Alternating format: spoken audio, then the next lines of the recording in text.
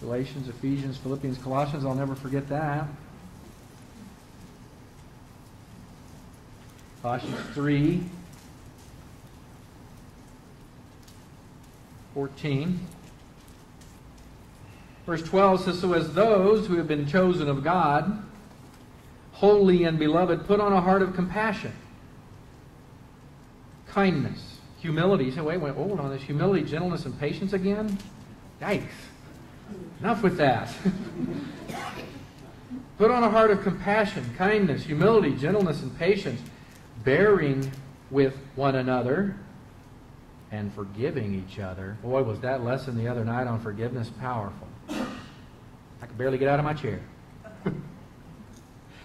Forgiving each other, whoever has a complaint against anyone.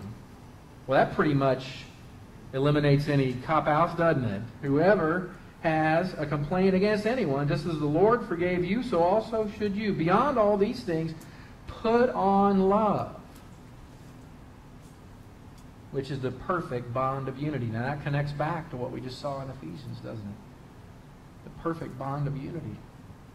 Let the peace of Christ rule in your hearts, to which indeed you were called in one body, and be thankful. Now, this is one of the passages, I'll do another little rabbit trail here. This is one of the passages where I gave a bit of an exhortation to my flock. Actually, it's God's flock, right? It's not really mine. But let the peace of Christ rule in your hearts. This is one of those things that will be evidence of the way God's Word is transforming you, because by our own nature, we don't have any peace like this, right? We have no peace. We're constantly getting upset at everything that comes our way. Angry, anxious, whatever it is. We're upset one way or another by everything. When you start to notice in your walk with God, baby steps, right? Step by step when you walk with God. When you start to notice that the peace of Christ is starting to take hold in your heart. Maybe it's not ruling yet. Maybe that hasn't happened yet, but you're starting to notice that in situations where previously you would have gotten all wrapped around the axle, and now something happens and you just are totally calm about it. You're starting to recognize that transformation that's taking place in your souls. But when you get to this point, if you can fulfill this, letting the peace of Christ rule in your hearts, now that's somebody who's grown up in the Word. Doesn't mean you're not going to have those moments. But back to what I was teaching on before, the idea of this putting on love, this agape love, which is the perfect bond of unity. Loving one another with the kind of love that God has designed for us to love one another. You may not like one another sometimes, but you love one another with this kind of love. That develops this perfect bond of unity. This flat out says that it is the perfect bond of unity. God is actually the one who teaches us. God teaches us to love one another with agape love. Let's turn to 1 Thessalonians. 1 Thessalonians, you won't have to go far. 1 Thessalonians 4:9.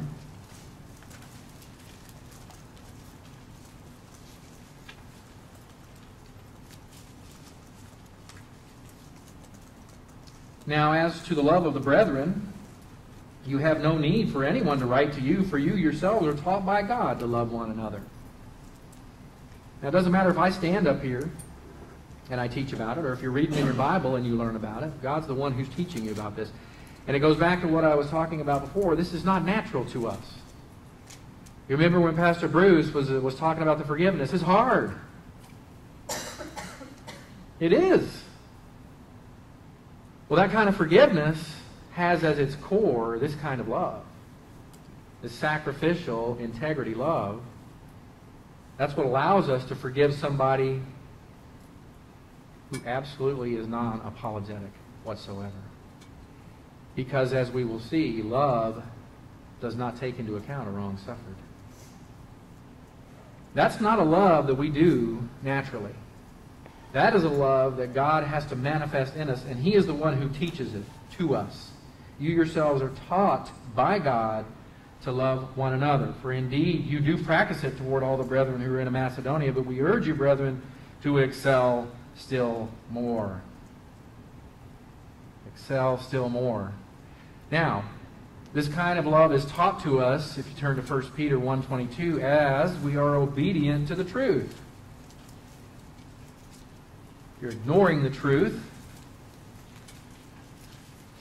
you won't be learning these things. 1 Peter, that's the other book I'm teaching in. I'm teaching 1 John on Sunday mornings, teaching 1 Peter on Wednesday night.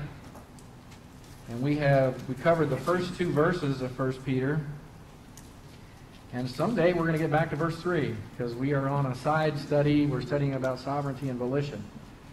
And I know my congregation believes me when I tell them we'll get back to verse 3, but the trumpet may sound. We may actually never get there. That's not my concern, whether we get back or not. My concern is to teach it. And if we get back there, then that'll be a blessing too. Now, I'm sorry, I'm in the wrong place.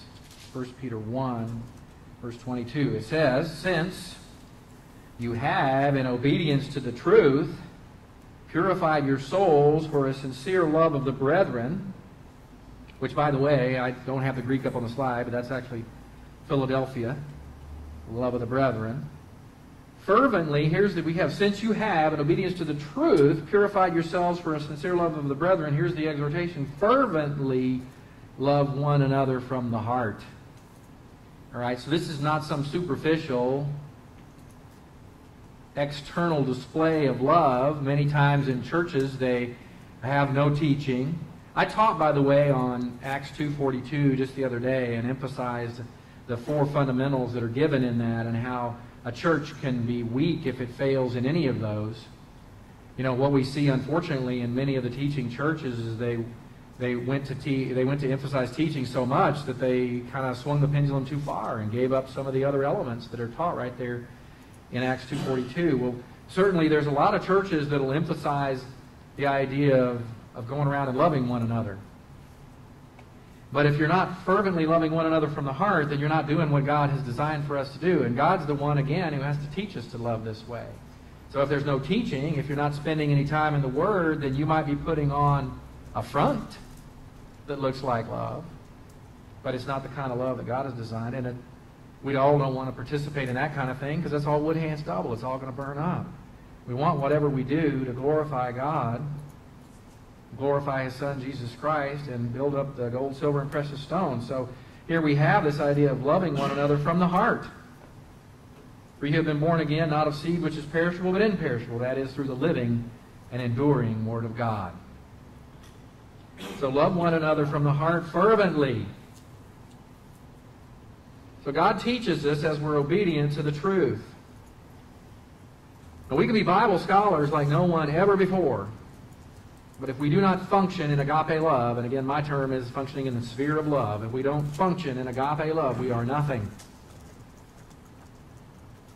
I know you've heard this teaching before, but I'm going to remind you again of this tonight, that you are nothing. 1 Corinthians chapter 13, in verse 2, and we'll read some more than just that passage. The knowledge part, just what is this going to do? It's just going to puff us up.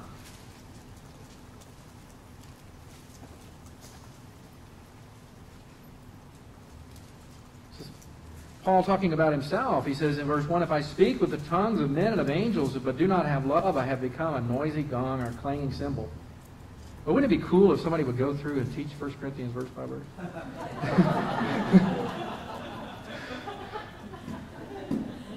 "I have become a noisy gong or a clanging cymbal if I have the gift of prophecy and know all mysteries and all knowledge."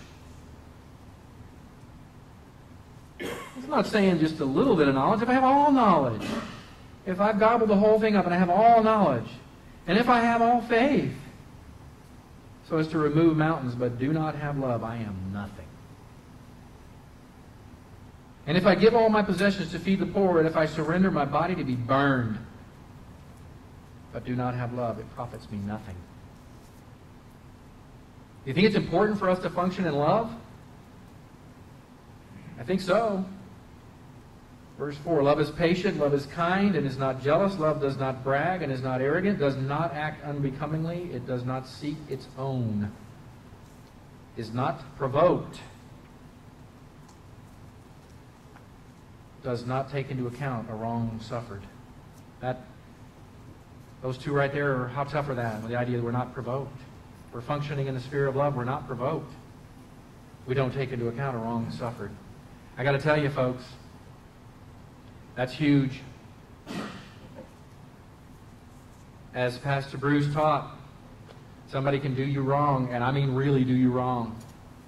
Or as we used to say, do you dirt, right? Do you absolutely wrong, and they may not even feel one little tiny bit of remorse about it. But in love, you don't take that into account. You let it go. You even forgive them, as he taught. Even though they have no remorse. It doesn't matter. You forgive them. Why? What? If nothing else, you should have motivation because of what he hammered home on Tuesday night. Because if you don't forgive them, if you hold on to that root of bitterness,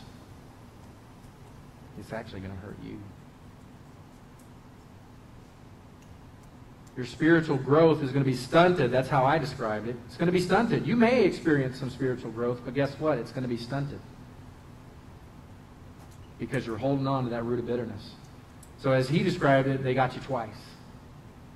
The first time when they wronged you, and the second time was actually your fault. Love does not take into account a wrong suffered. That is so hard to do. But in the power and in the strength and in the might of God himself, we can do that.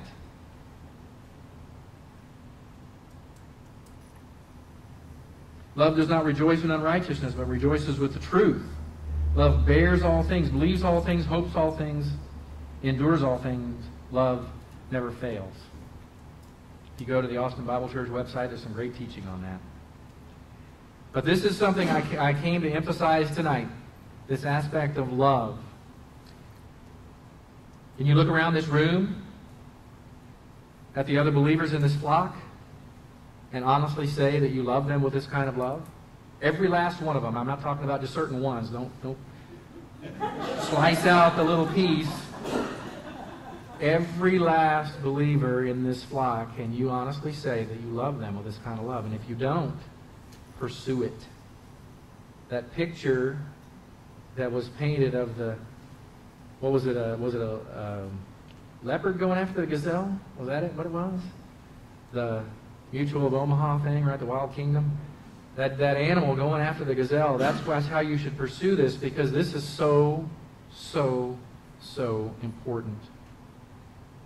You have this beautiful building here, but as we talked about at the dedication out there at Lost Pines Bible Church of our larger sanctuary that we have out there, pales compared to this. Wow.